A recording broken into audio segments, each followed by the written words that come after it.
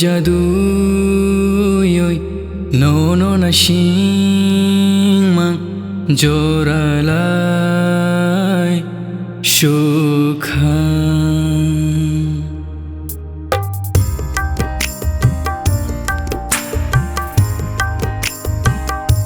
o ani jadu yoi no na shingmang joralai shukhang o ani jadu yoi no na shingmang joralai shukhang muito malia de anu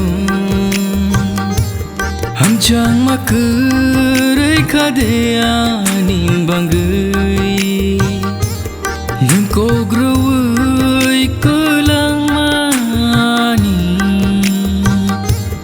pogai thangkha de ano nang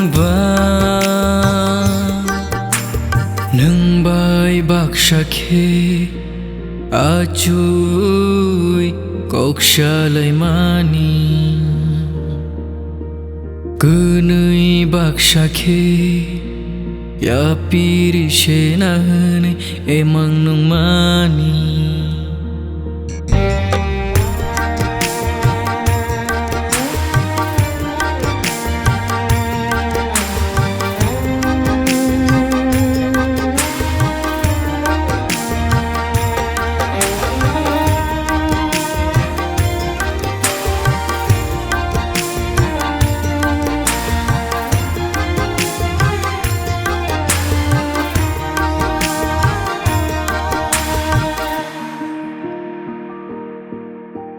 nang faili ake anita mo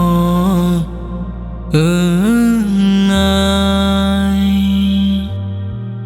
nang faili ake anita mo nai muito malia de anu hamjang makurai kadea ning bangai nengko growai kelang mani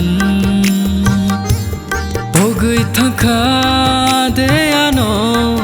nang bai bak shakhe achui kokshalai mani kunui bak shakhe ya piri shenane emang nung mani